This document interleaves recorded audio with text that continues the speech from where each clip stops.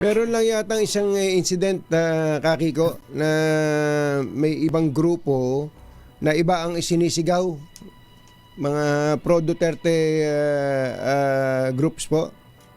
Yeah, alam ko po sa EDSA Shrine magkatapat, no? Nag-mass up yung ibang mga kasama sa marcha namin sa EDSA Shrine.